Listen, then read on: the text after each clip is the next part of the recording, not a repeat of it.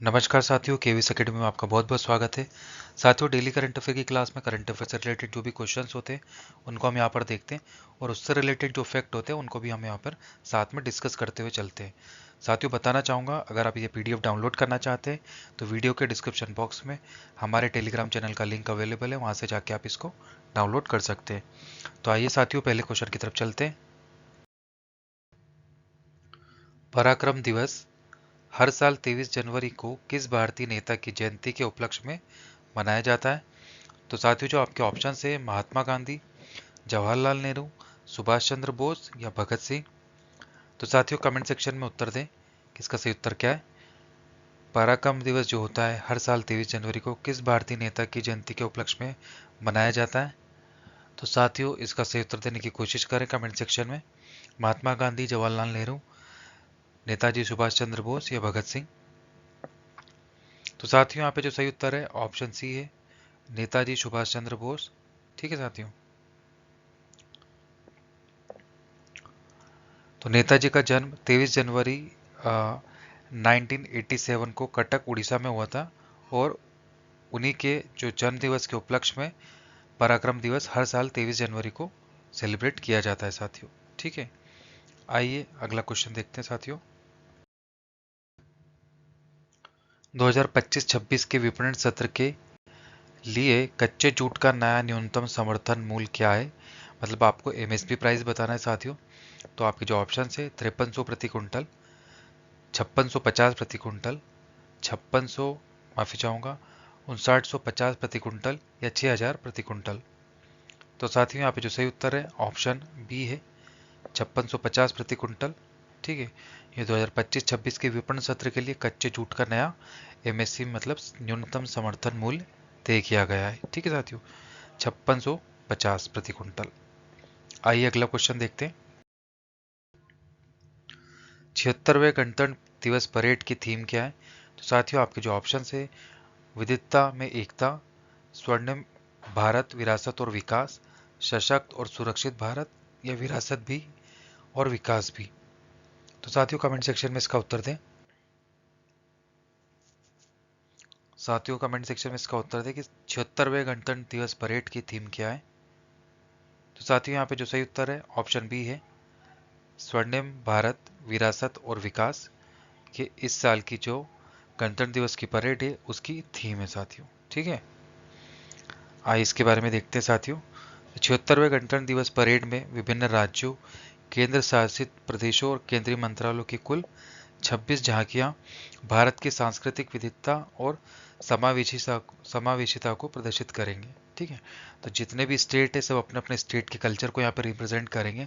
तो ये बताता है कि भारत की जो संस्कृति है वो विविधता है और समावेशिता को प्रदर्शित करेंगी। ठीक है साथियों, और इस बार का जो मुख्य थीम क्या है साथियों, स्वर्णिम भारत, विरासत और विकास है। ठीक है, इस बार की जो गणतंत्र दिवस की जो परेड है उसकी थीम ये है। आइए अगला क्वेश्चन देखते हैं साथियों। भारत में राष्ट्रीय बालिका दिवस कब मनाया जाता है? आपके जो ऑप्शन है साथियों, 24 जनवरी, 24 फरवरी, 24 मार्च या 24 अप्रैल। तो साथियों, कमेंट सेक्शन में सही उत्तर देने की कोशिश करें कि हमारे देश में राष्ट्रीय बालिका दिवस कब मनाया जाता है प्रतिवर्ष।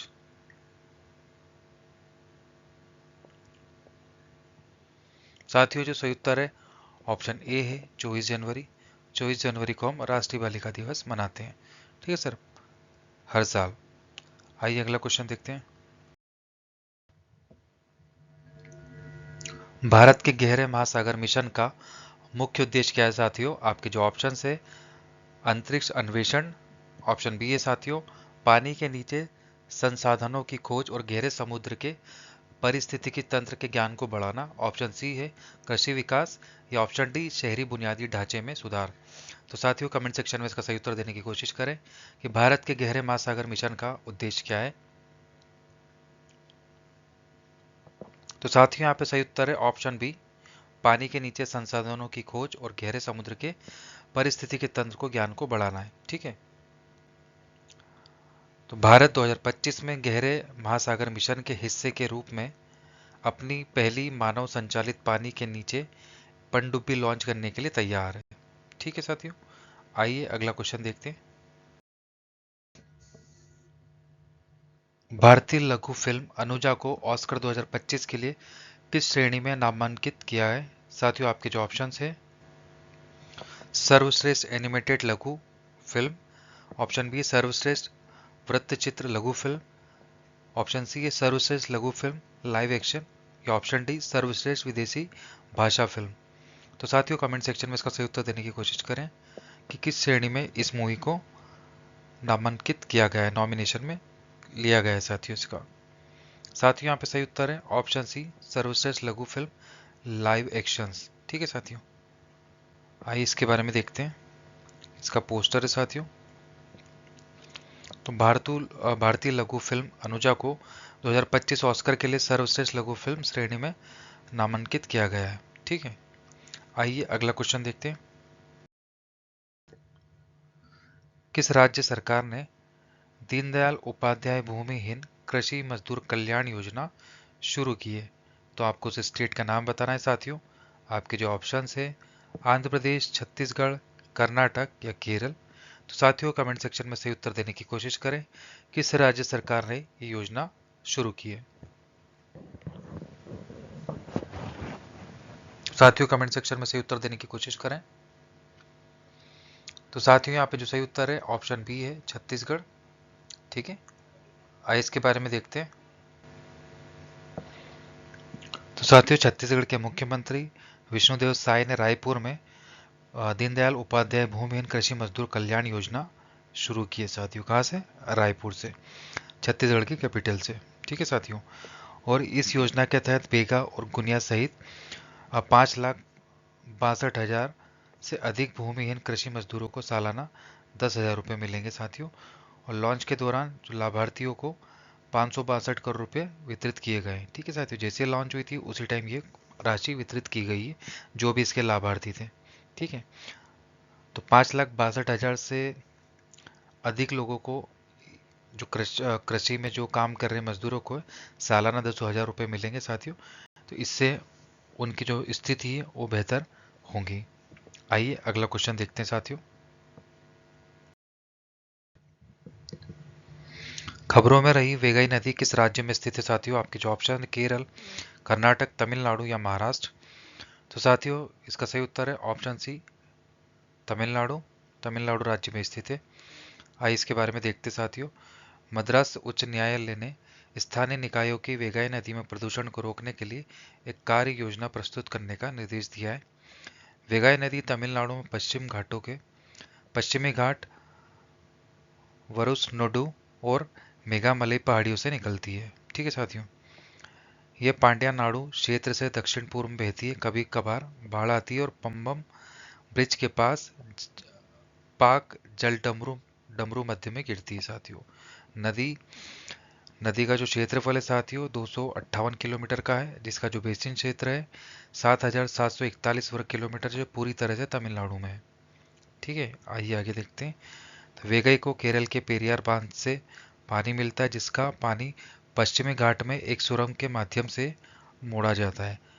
वेगई का उल्लेख संगम साहित्य में मिलता है साथियों, और ये प्राचीन पांड्या साम्राज्य की राजधानी मुदुर का केंद्र है। ठीक है साथियों, तो काफ़ी पुरानी नदी है साथियों, जिसका इतिहास हमारे पास लिखित में अवेलेबल है। ठीक है, आइए अगला क्वेश्चन देखते हैं। पुरुष और महिला इंडियन ओपन 2025 बैडमिंटन खिताब क्रमशः किसने जीता है साथियों? तो साथियों, यहाँ पे सही उत्तर है ऑप्शन है विक्टर एस्केल्सन और एन से यंग। ठीक है साथियों, क्रमशः इन दोनों ने जीता है। तो साथियों, ये जो इमेज है ये वेक्टर की है, और ये जो इमेज है ये एन से यंग की। ठीक है, तो क्रमशः इन दोनों ने जो पुरुष महिला इंडियन ओपन बैडमिंटन था 2025 का, इसका खिताब इन दोनों ने जीता है साथियों। आइए इसके बारे में देखते हैं साथियों। तो इंडिया ओपन बैडमिंटन 2025 टूर्नामेंट का समापन नई दिल्ली में शानदार प्रदर्शन के साथ हुआ है साथियों। डेनमार्क के विक्टर एस्केल्सन ने हांगकांग चीन की ली चेउक को 21-16 और 21-8 से हराकर अपना तीसरा इंडियन ओपन पुरुष एकल खिताब जीता है। ठीक है साथियों, एस्केल्सन ने इससे पहले 2017 और 2019 में इंडिया ओपन जीता था साथियों। दक्षिण कोरिया की एनसे वोंग ने महिला एकल फाइनल में थाईलैंड की पोर्नपावी चो चू वैंग को केवल 29 मिनट में 21-12, 21-9 से हराकर अपना दबदबा कायम रखा है। दोनों चैंपियन पेरिस 2024 ओलंपिक में स्वर्ण पदक विजेता है, जिन्होंने अपनी विश्व स्तरीय प्रतिभा का प्रदर्शन किया है। ठीक है साथियों, आइए अगला क्वेश्चन देखते हैं। किस मंत्रालय ने डायमंड इम्प्रेस्ड ऑथराइजेशन DIA योजना शुरू की है? साथियों, आपके ऑप्शन है खान मंत्रालय, वाणिज्य और उद्योग मंत्रालय, वित्त मंत्रालय या गृह मंत्रालय।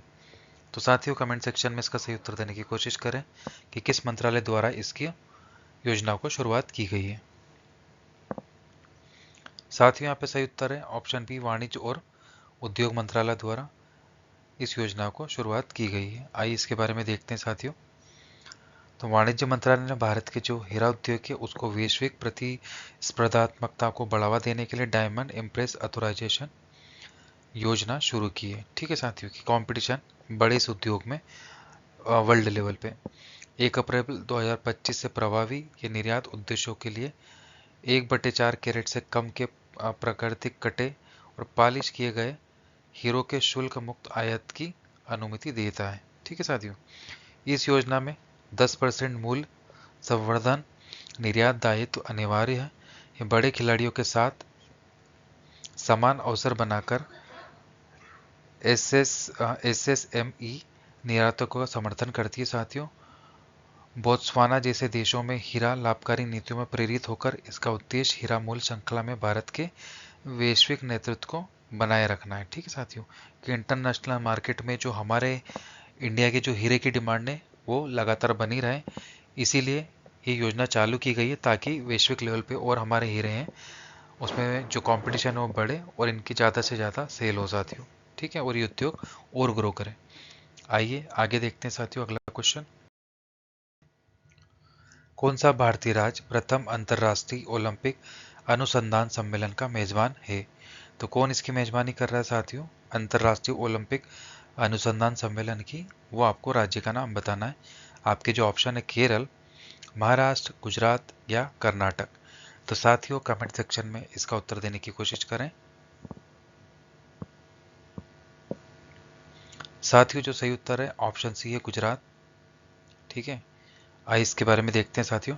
तो भारत 2036 ओलंपिक की मेजबानी की तैयारी कर रहा है, जिसमें टिकाऊ खेल बुनियादी ढांचे पर ध्यान केंद्रित किया जाएगा। पहला अंतर्राष्ट्रीय ओलंपिक अनुसंधान सम्मेलन जो है 27 से 30 जनवरी 2025 को राष्ट्रीय रक्षा विश्वविद्यालय गांधीनगर गुजरात में आयोजित किया जाएगा। ठीक है साथियों, और भारत ओलंपिक संघ द्वारा आयोजित इस कार्यक्रम का उद्देश्य क्या है साथियों? वित्तीय चुनौतियों का समाधान करना और ओलंपिक की मेजबानी के लिए एक टिकाऊ रोड मैप तैयार करना है। ठीक है साथियों, तो जो भी पैसे से रिलेटेड जो भी हमें प्रॉब्लम्स आ रही हैं उसको हम कैसे उसका समाधान करें, जो जो हमको चुनौतियाँ आ रही हैं। ठीक है, और ओलंपिक की मेजबानी के लिए एक टिकाऊ रोड मैप तैयार किया जा रहा है कि कैसे कैसे हम इसको आगे हम काम करेंगे, कैसे हम इसकी प्लानिंग करेंगे। तो उससे रिलेटेड यहाँ पे सम्मेलन हो रहा है, उसी पे सब पे काम किया जाएगा साथियों। ठीक है, आइए अगला क्वेश्चन देखते हैं। खेलो इंडिया शीतकालीन खेल KIWG 2025 का आयोजित कहाँ किया गया था साथियों? कहाँ इसका आयोजन किया गया था ये आपको बताना है। आपके ऑप्शन है आसाम और अरुणाचल प्रदेश, ऑप्शन बी लद्दाख और जम्मू कश्मीर, ऑप्शन सी नई दिल्ली या ऑप्शन डी उत्तराखंड और हिमाचल प्रदेश। साथियों, कमेंट सेक्शन में सही उत्तर देने की कोशिश करें कि कहाँ पर इसका आयोजन किया गया था। साथियों, जो सही उत्तर है ऑप्शन बी है लद्दाख और जम्मू कश्मीर। ठीक है, वहाँ पर इसका आयोजन किया गया था। आइए इसके बारे में देखते हैं साथियों। तो हमारे जो केंद्रीय खेल मंत्री है मनसुख मांडविया ने 23 जनवरी को लद्दाख में खेलो इंडिया विंटर गेम्स 2025 का उद्घाटन किया साथियों। इस आयोजन में 19 टीम भाग ले रही है। ठीक है, जिसमें आइस हॉकी और स्केटिंग प्रतियोगिता शामिल है साथियों। बर्फ के खेलों पर केंद्रित दूसरा चरण जो होगा वो 22 से 25 फरवरी जम्मू कश्मीर में होगा। ठीक है साथियों, जो नेक्स्ट का सेशन होगा। लद्दाख दूसरी बार इसकी मेजबानी कर रहा है साथियों, जिसमें 428 हमारे जो एथलीट्स हैं और उनके सहित यहाँ पे 594 प्रतिभागी भाग ले रहे हैं। इस आयोजन का सीधा प्रसारण दूरदर्शन स्पोर्ट्स पर किया भी जा रहा है साथियों। ठीक है, तो आइए अगला क्वेश्चन देखते हैं। मन्नान समुदाय मुख्य रूप से किस राज्य में पाया जाता है? आपके जो ऑप्शन है महाराष्ट्र, तमिलनाडु, केरल या कर्नाटक। तो साथियों यहाँ पे जो सही उत्तर है ऑप्शन सी है केरल। केरल राज्य में ये समुदाय पाए जाते हैं। साथियों इनके बारे में देखते हैं। तो केरल में मन्नान समुदाय के आदिवासी राजा रमन राजमन्नान दिल्ली में गणतंत्र दिवस परेड में भाग लेंगे। मन्नान समुदाय केरल में एक अनुसूचित जनजाति एसटी है और दक्षिण भारत में राजत्व वाला एकमात्र आदिवासी राजवंश है। साथियों ठीक है, इनकी भाषा एक तमिल बोली है जिसकी कोई लिपि नहीं है, जो तमिल सांस्कृतिक संबंधों को मजबूत करती है।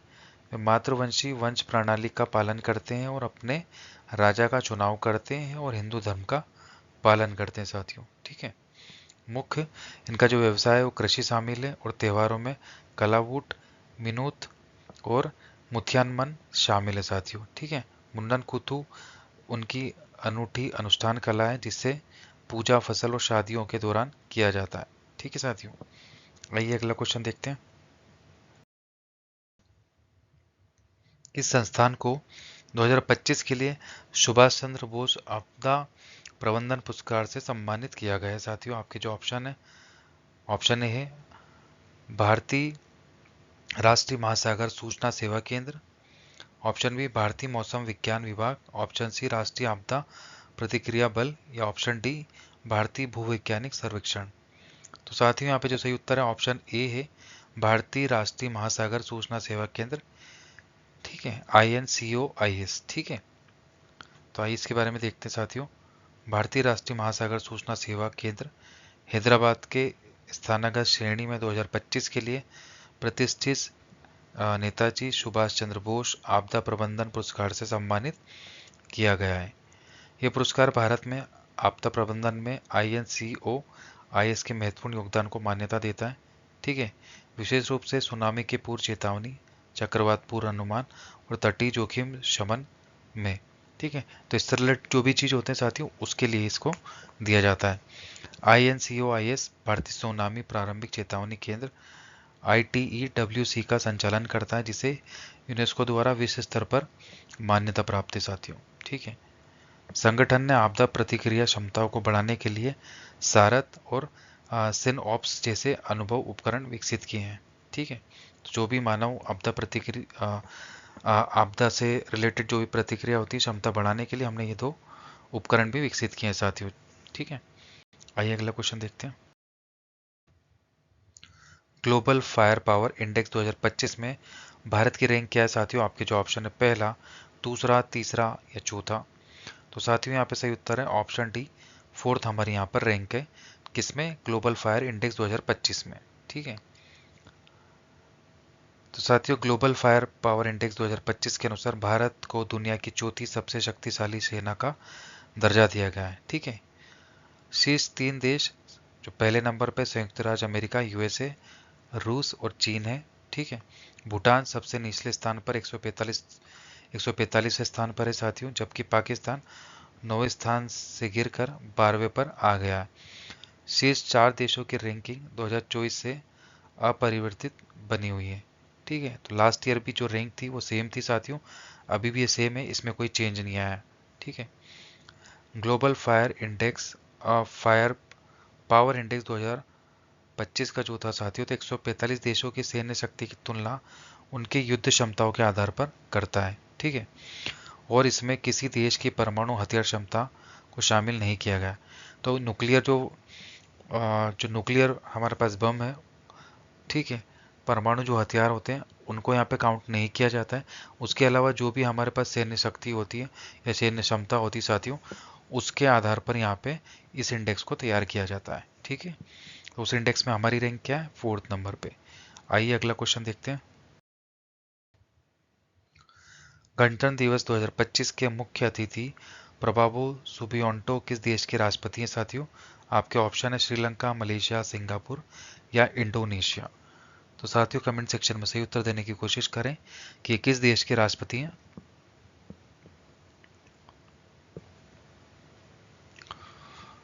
इनकी इमेज है साथियों, जो हमारे मुख्य अतिथि हैं प्रभावो सुबियांटो।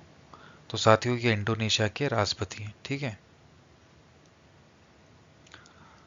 इस साल गणतंत्र दिवस 2025 के मुख्य अतिथि इंडोनेशिया के राष्ट्रपति प्रभावो सुबियांटो होंगे। ये एक महत्वपूर्ण अवसर पर हैं क्योंकि हम भारत और इंडोनेशिया के बीच राजनयिक संबंधों के 75 साल पूरे होने का जश्न भी मना रहे हैं साथियों। ठीक है, और साल 2025 में भारत अपना 76वां जो गणतंत्र दिवस है वो सेलिब्रेट कर रहा है, और उसी में हमने इन्हें आमंत्रित किया है। ठीक है साथियों, और ये इंडिया में आ भी चुके हैं। अब इनके साथ जो भी टाइज होंगी या जो भी हम अलग अलग तरह की डील्स करेंगे वो आगे चल के हमें पता चलेंगे, उसके बारे में हम आगे डिस्कस करेंगे साथियों। आइए अगला क्वेश्चन देखते हैं। न्यायमूर्ति आलोक आराधे ने हाल ही में किस उच्च न्यायालय के मुख्य न्यायाधीश के रूप में शपथ ली है? तो साथियों जो सही उत्तर है यहाँ पर ऑप्शन बी है, बॉम्बे उच्च न्यायालय। ठीक है, तो ये न्यायमूर्ति आलोक आराधे जी हैं साथियों। ठीक है, हाल ही में इन्होंने बॉम्बे उच्च न्यायालय के मुख्य न्यायाधीश के रूप में शपथ ली है। इनके बारे में देखते हैं साथियों। तो आलोक आराधे ने हाल ही में आधिकारिक तौर पर बॉम्बे हाईकोर्ट के मुख्य न्यायाधीश के रूप में शपथ ली है, और महाराष्ट्र के राज्यपाल सीपी राधाकृष्णन ने मुंबई में राजभवन में आयोजित एक समारोह के दौरान उन्हें शपथ दिलवाई है साथियों। ठीक है, न्यायमूर्ति आराधे बॉम्बे हाईकोर्ट के 48वें मुख्य न्यायाधीश है। याद रखिएगा साथियों कि कौन से नंबर के न्यायाधीश है, 48वें, और इन्होंने न्यायमूर्ति देवेंद्र कुमार उपाध्याय का स्थान लिया है। तो इनसे पहले जो कौन थे, देवेंद्र कुमार उपाध्याय। ठीक है, आइए अगला क्वेश्चन देखते हैं। दिल्ली उच्च न्यायालय के मुख्य न्यायाधीश के रूप में किसने शपथ ली है? तो साथियों इसका जो सही उत्तर है ऑप्शन ए है, न्यायमूर्ति देवेंद्र कुमार उपाध्याय। ठीक है, ये इनकी इमेज है साथियों, आइए इनके बारे में देखते हैं। तो न्यायमूर्ति देवेंद्र कुमार उपाध्याय ने हाल ही में दिल्ली उच्च न्यायालय के मुख्य न्यायाधीश के रूप में शपथ ली है साथियों। कहाँ पे? जो दिल्ली का उच्च न्यायालय है वहाँ के मुख्य न्यायाधीश के रूप में इन्होंने शपथ ली है, और शपथ ग्रहण समारोह राजनिवास में हुआ है, जहां दिल्ली के उपराज्यपाल वी.के. सक्सेना ने उन्हें शपथ दिलाई। और इस कार्यक्रम में नई दिल्ली की मुख्यमंत्री आतिशी मार्लेना सिंह और अन्य वरिष्ठ अधिकारी भी शामिल थे साथियों। ठीक है, आइए नेक्स्ट देखते हैं। शतरंज विश्व कप 2025 की मेजबानी कौन सा देश करेगा साथियों? आपके ऑप्शन है भारत, जर्मनी, यूएसए या नॉर्वे। तो साथियों यहाँ पे जो सही उत्तर है ऑप्शन ए है भारत। ठीक है, तो भारत 31 अक्टूबर से 27 नवंबर 2025 तक फीडे शतरंज विश्व कप 2025 की मेजबानी करने के लिए तैयार है साथियों। अखिल भारतीय शतरंज महासंघ आई AICF के वरिष्ठ अधिकारी ने इसकी घोषणा की है साथियों। हालांकि AICF ने कहा है कि मेजबानी के अधिकार की अनौपचारिक पुष्टि जनवरी या फरवरी 2024 में ही कर दी गई थी। ठीक है, तो इस साल हम इसकी मेजबानी करेंगे साथियों। देखते हैं इसमें कौन विजेता होता है शतरंज विश्व कप 2025 में। ठीक है, आइए अगला क्वेश्चन देखते हैं। हाल ही में भारत का शीर्ष शतरंज खिलाड़ी कौन बना है? आपके जो ऑप्शन है अर्जुन एरिगेसी, परिमा अर्जुन नेगी, डी गुकेश या इनमें से कोई नहीं। तो साथियों कमेंट सेक्शन में इसका सही उत्तर देने की कोशिश करें। साथियों जो सही उत्तर है ऑप्शन सी है, डी गुकेश। ठीक है साथियों, ये भारत का शीर्ष शतरंज खिलाड़ी बने हैं। ये इनके इमेज है साथियों, इनका आपने कई बार फोटो देखा होगा, हाल ही में काफी चर्चा में थे साथियों। ठीक है, आइए इनके बारे में देखते हैं साथियों। तो 23 जनवरी 2025 तक डी गुकेश भारत के शीर्ष शतरंज खिलाड़ी के रूप में उभरे हैं। उन्होंने नवीनतम फिडे रैंकिंग में अपने हमवतन अर्जुन एरिगेसी को पीछे छोड़ दिया साथियों। ठीक है, 18 वर्षीय शतरंज के प्रतिभाशाली गुकेश अब 2784 अंकों की रेटिंग के साथ विश्व स्तर पर चौथे स्थान पर है। ठीक है, और गुकेश ने नीदरलैंड के विच आन जी में टाटा स्टील टूर्नामेंट में अपने शानदार प्रदर्शन के बाद जनवरी के विंसेंट किमीर को हराया साथियों। ठीक है, आइए अगला क्वेश्चन देखते हैं। हाल ही में किस शहर के वर्जिन नारियल तेल को भौगोलिक संकेत जीआई टैग से सम्मानित किया गया है साथियों। आपके ऑप्शन है लक्षद्वीप, अंडमान निकोबार या पुडुचेरी। तो साथियों जो सही उत्तर है ऑप्शन सी है निकोबार। ठीक है। तो साथियों हाल ही में निकोबार जिले के वर्जिन नारियल तेल को भौगोलिक संकेत जीआई टैग से सम्मानित किया गया है। ठीक है, मतलब इसको जीआई टैग प्राप्त हुआ है साथियों। और ये पूरी तरह से हस्त निर्मित है, जो स्थानीय समुदायों की सांस्कृतिक विरासत को दर्शाता है। पीएम मोदी ने अपने मन की बात संबोधन के दौरान इस उपलब्धि पर भी चर्चा की थी साथियों। ठीक है, इस पर चर्चा की गई थी पीएम मोदी के द्वारा। आइए अगला क्वेश्चन देखते हैं। वाणिज्य मंत्रालय के अनुसार विश्व के सबसे बड़े कॉफी उत्पादकों में भारत का कौन सा स्थान है? और भारत में दुनिया के सबसे बड़े कॉफी उत्पादकों का स्थान कौन सा है? तो आपके ऑप्शन है पांचवा, छठा, सातवां या आठवां। तो साथियों जो अभी हमारा स्थान है वो है सातवां। आइए इसके बारे में देखते हैं साथियों। तो वाणिज्य मंत्रालय के अनुसार भारत दुनिया का सातवां सबसे बड़ा कॉफी उत्पादक बन गया है, जिसका निर्यात वित्त वर्ष 2023-24 में $1.29 बिलियन तक पहुंच गया है, जो कि 2020-21 में $719.42 मिलियन से लगभग दोगुना है। तो साथियों 2021 में जो हमारा निर्यात था वो कितना था? ऑलमोस्ट 720 के करीब मिलियन डॉलर, और अब ये दोगुना हो गया $1.29 बिलियन। ठीक है साथियों। तो जनवरी 2025 की पहली तिमाही में भारत ने इटली, बेल्जियम और रूस सहित शीर्ष खरीदारों के साथ 9300 टन से अधिक कॉफी का निर्यात किया है साथियों।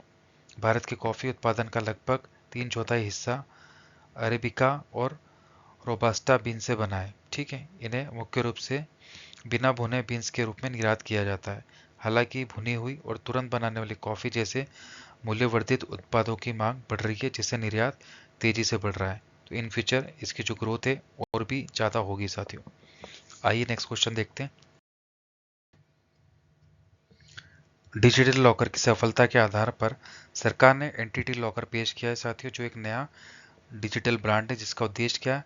व्यावसायिक और व्यवहारिक लक्ष्यों के प्रबंधन सत्यापन को सुव्यवस्थित करना है। तो किस संगठन ने एंटिटी लॉकर मॉडल विकसित किया है? आपके ऑप्शन है नीति आयोग, आरबीआई, राष्ट्रीय ई गवर्नेंस प्रभाग या वित्त मंत्रालय। तो साथियों कमेंट सेक्शन में इसका सही उत्तर देने की कोशिश करें। तो साथियों यहाँ पे सही उत्तर है ऑप्शन सी, राष्ट्रीय ई गवर्नेंस प्रभाग। इसी के द्वारा एंटिटी लॉकर मॉडल विकसित किया गया है साथियों। ठीक है। तो सेंटर ने कुशल व्यवसायिक दस्तावेज प्रबंध के लिए एंटिटी लॉकर लॉन्च किया है साथियों। डिजी लॉकर की सफलता के आधार पर सरकार ने एंटिटी लॉकर नामक एक नया डिजिटल प्लेटफॉर्म पेश किया, जिसका उद्देश्य व्यवसायिक और संगठनात्मक दस्तावेजों के प्रबंधन और सत्यापन को सुव्यवस्थित करना है। ठीक है साथियों। आइए अगला क्वेश्चन देखते हैं। तो साथियों आज की क्लास यहीं खत्म होती है। आपको आज का सेशन कैसा लगा आप बिल्कुल कमेंट सेक्शन में बताएं।